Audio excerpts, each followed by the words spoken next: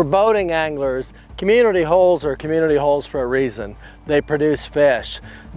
For bank fishermen, the most popular spots a lot of times are popular for a different reason. It's because they're close to parking areas and are easy to get to. They're not necessarily the best fishing spots. If you're willing to put forth a little bit of effort and do some research, a little bit of extra walking, you can find better fishing spots from the bank.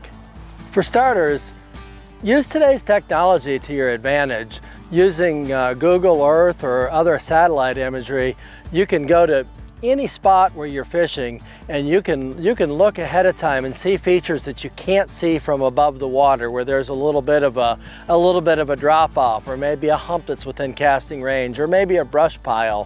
When you're on the water, start by looking for the key distinguishing features. Maybe that's an inflow, maybe it's an outflow, maybe a bridge crosses the water, or for major points that really create breaks in the depth and a lot of things in a small area.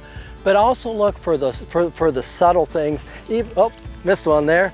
Even a pond that looks fairly similar, or a lake that's kind of round. If you look closely, you'll see places where the bank slope changes. Well, that continues out into the water, so that's a place that the fish are going to orient to.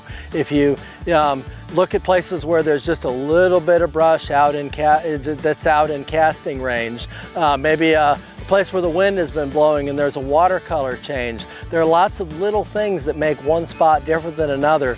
And if you're fishing in a place that gets even a little bit of fishing pressure, look for those spots where you have to walk a little further to get to them, or maybe it's kind of tough to make a good cast. Those places get less pressure, and therefore the fishing is better. If you're willing to put forth the extra effort and do a little research, you're going to find better spots and catch more fish from the bank.